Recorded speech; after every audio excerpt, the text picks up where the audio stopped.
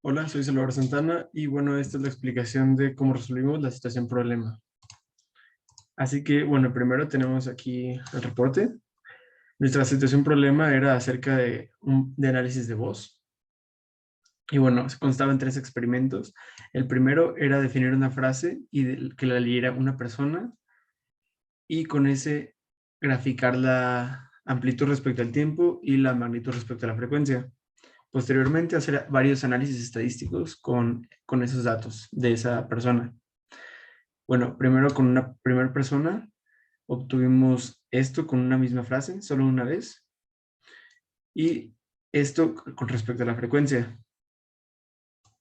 Después hicimos con la toolbox de Machine Learning y Statistics, creamos el histograma y la ANOVA y la autocorrelación. Y bueno, para este experimento utilizamos este código que básicamente, bueno, esta función de audio recorder también es de MATLAB, nos sirve para grabar y teníamos aquí la frase dicha, ¿no? Luego nos decía cuándo empezábamos a hablar y cuándo parábamos de hablar. Luego, estos datos de la grabación se metían a un vector, a un arreglo, y posteriormente para la frecuencia se hacían estas operaciones que era para el muestreo de la frecuencia y del tiempo. Después graficamos en función de respecto al tiempo y respecto a la frecuencia. Para la frecuencia, como bien sabemos, tenemos que utilizar la transformada de Fourier y nos daban las gráficas. Bueno, y esto es del análisis estadístico, el histograma, el promedio, la varianza y la desviación estándar. Para el experimento número 2 tuvimos que hacer lo mismo, pero 50 veces. Entonces, era lo mismo, análisis estadístico también. Y bueno, el promedio, que es lo que nos importaba, como podemos ver, está muy parecido a la primera gráfica, que es esta roja.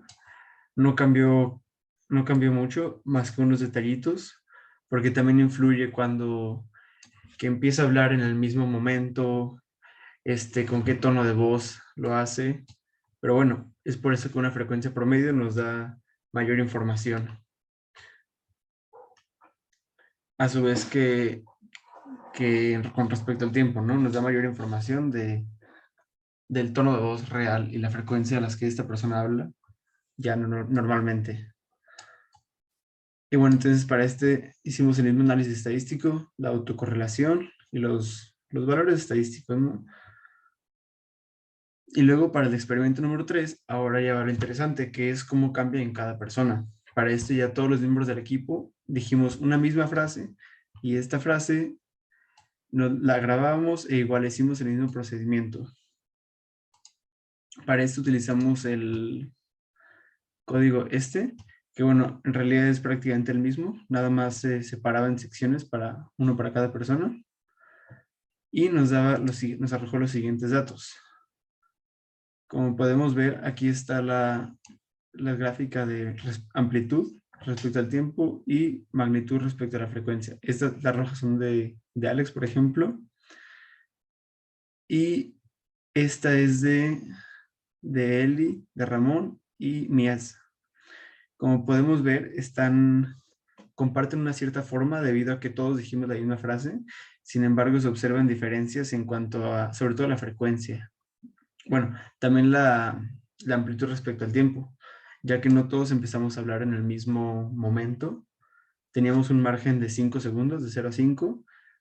Por ejemplo, si comparamos las gráficas de voz, por ejemplo, de Ramón, vemos que aquí empieza como en el segundo punto 7, punto 8 más o menos.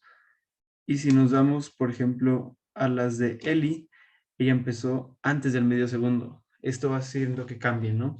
Igualmente las frecuencias. Si comparamos las frecuencias de las magnitudes de Eli, que, bueno, en este caso es una mujer, por lo tanto, tiene frecuencias más bajas en general que la voz de un hombre. Como ahí está, por ejemplo, es mi voz y llega hasta 150, mientras que las de Eli llegan hasta 40 Hz nada más.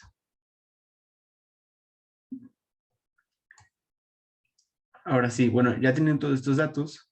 Después sacamos los promedios de las voces y pues tuvimos un promedio en frecuencia de 42, me parece, 43 hertz, y también el tiempo, ¿no? Que bueno, el tiempo no nos da tanta información.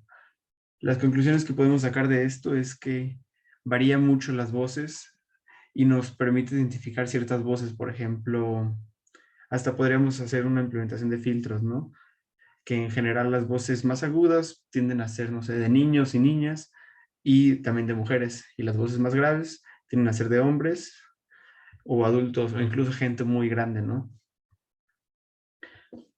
Y también una de las dificultades que tuvimos al hacer este reto es, por ejemplo, el ruido.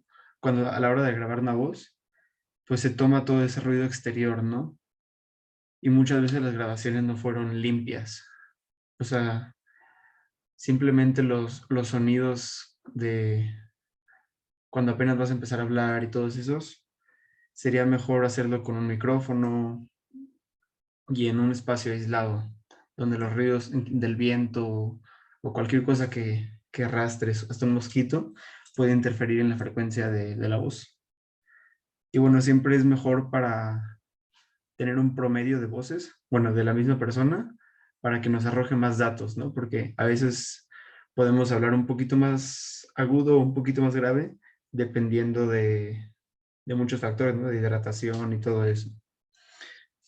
Y en general esos fueron los únicos problemas, los del ruido, pero creo que obtuvimos muy buenos datos. Ahí, como podemos ver en las gráficas, todos nos dieron la misma forma, ¿no? Que es lo importante, ya que dijimos la misma frase.